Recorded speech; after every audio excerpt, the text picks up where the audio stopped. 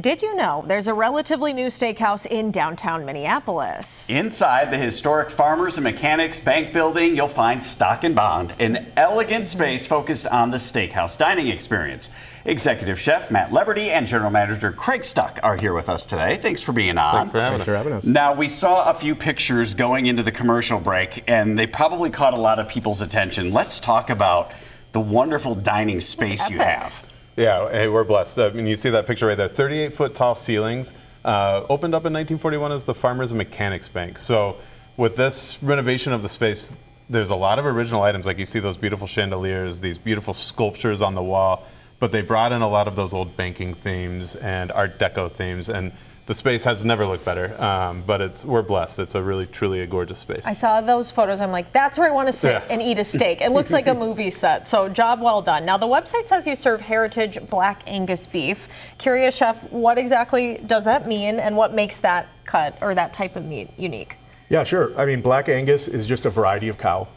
Heritage basically means the animal husbandry was done in a proper fashion, so there's not a lot of crossbreeding. It's essentially like the heirloom variety of a certain breed of cow. Okay. So we use heritage beef from Lynn's, which is out of Chicago. And yeah, we have a bunch of different cuts of steak that I wanted to talk. Yeah, you're gonna help us for people who are getting ready to do this at home this season. How do you pick out a good steak? Yeah, well, these ones here on this side are kind of the more either esoteric cuts or the ones that you may not be able to find in a grocer. So we have a beautiful dry-aged tomahawk that we serve at the restaurant, some bone-in cuts, porterhouse. But these are the three cuts that you can find more commonly inside of your regular grocery store or butcher. So we have our ribeye, New York strip, and filet.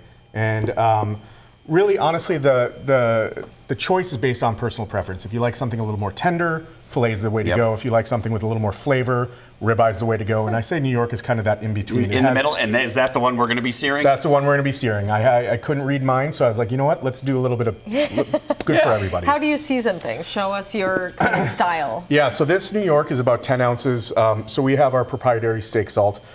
Really what you do is you don't be shy with the salt. So I really go heavy on all sides. Okay, yeah, that's more than I would have expected. Now, this is probably about 60% salt and then 40% other ingredients, black pepper, garlic powder, onion powder, a couple other things. Yeah, we can smell that a little bit. Yeah, so it's not like, if you're using just salt and pepper, I would go a little bit less, but really for our steak seasoning, we want to go pretty heavy. Okay, and then proper searing, how does that work? Yeah, you really want to get a hot pan. And we do that well around here.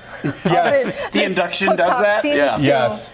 So no problem there. Yeah, I like to pull out the steak about a half an hour per pound ahead of time. So if it's a 10-ounce steak, pull it out a half an hour, let it get to room temperature, and then really what you're going to want to do is just sear that steak. If it doesn't have a good sizzle, it's not hot enough. Okay. I always say once the oil starts getting a nice sheen to it, then we have a good color to it. You know it's ready to go. While you're cooking that up, Craig, you also serve American whiskey. Talk about that pairing with steak and what people can find if they want to come in for a beverage. Absolutely. Well, that is one of our taglines. We have over 450 whiskeys on our list from around the world.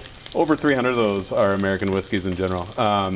You know, with a New York strip, it comes down to personal preference. I'm a bourbon guy, though. I like the sweet, round texture of something that's coming from corn like that, and it's a great pairing with this. Whether I'll take mine as an old-fashioned, sweeten it up a little bit, get a little spice in there.